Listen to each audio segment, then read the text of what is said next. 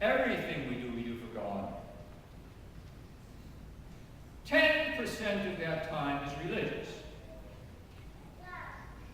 During most days, we don't light candles and sing hymns when we're practicing stewardship. No one would even know we're practicing stewardship except God. 10% of our stewardship is directed to God through the church or through charitable organizations.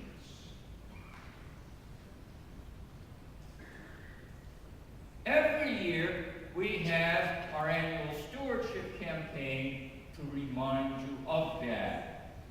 Now, is that necessary? Oh, yes, it's very necessary. Modern life is nothing if not busy. We're all so busy, we can be swept away and forget about things that are really important. So we have the annual stewardship campaign, and Babs comes out every year to remind you of your duty to live as God's steward. And to help you to actualize that 10% that you direct to God through the church or through charities. Survey. Oh, yes. That reminds me about the survey. Some people on this survey said they only want your money. I suppose that's an accusation. And in self-defense, I can say stewardship is not only about money.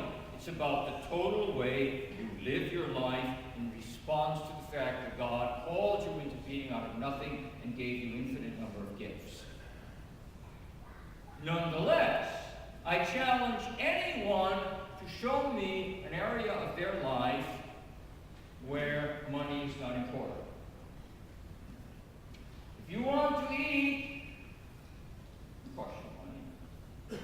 If you want a house, it costs you money.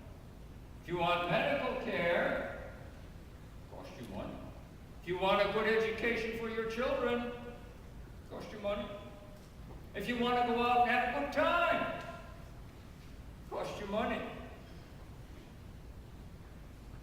Some people say they come to church to have a purely spiritual relationship to God, and they're offended by talk of money. If you're a Rays fan, it costs you money to go to the game. If you're a Bucks fan, it costs you money to go to the game. If you want to see the Lightning play, it costs you money. Why should you think that your relationship to God should be pure and have nothing to do with money?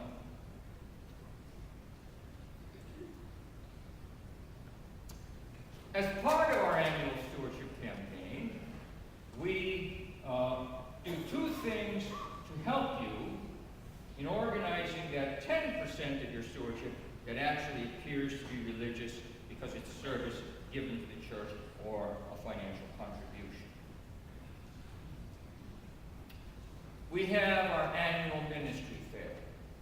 In Diffley Hall, each ministry in the parish sets up exhibits so that you can see the myriad ways that your fellow parishioners are giving their service to God, and you are welcome to join them in any of those ministries. Yes. Babs has noticed over the years that the people at the 5 o'clock Mass rarely come to the Time and Talent Fair. She thinks it's because you are worried about making the early bird special at the local restaurants. So this year, Babs is giving you free wine and cheese if you just come over to Diffley Hall and take a look at the ministry fair. That way, you won't have to pay for hors d'oeuvres when you get to the restaurant. Isn't she a brilliant sheep?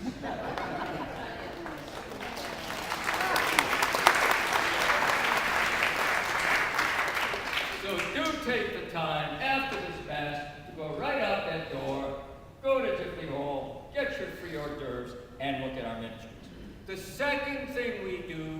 help you organize your stewardship is we send you in the mail the stewardship worksheet. If you use that sheet that you received in the mail, you can work out your contribution for the current year as a percentage of your income. And that will help you to evaluate what you are going to donate next year as a percentage of your income.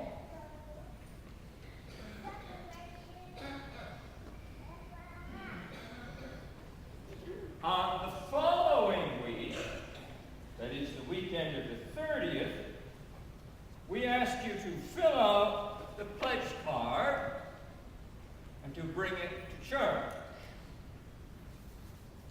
Do not tear the pledge card in half. Now, people say all they want is our money. But then a large number of people tear off and throw away the part about time and talents and just give us the bottom half that talks about their financial donation. We don't just want your money, we want you. So make a pledge in terms of time and talent. We want you to participate. We want you to be part of this enterprise with us. And also, of course, the pledge of treasure. So, the Catholic Church is not like the cults. We don't ask you to sell the ranch and give the proceeds to the church. We're not like some other denominations that are very forceful, let's put it that way, are very forceful with their presentation of stewardship. We don't ask you to give us your tax return. We're not going to come to your house, send a committee to your house, and look over your bank accounts and tell you what to give.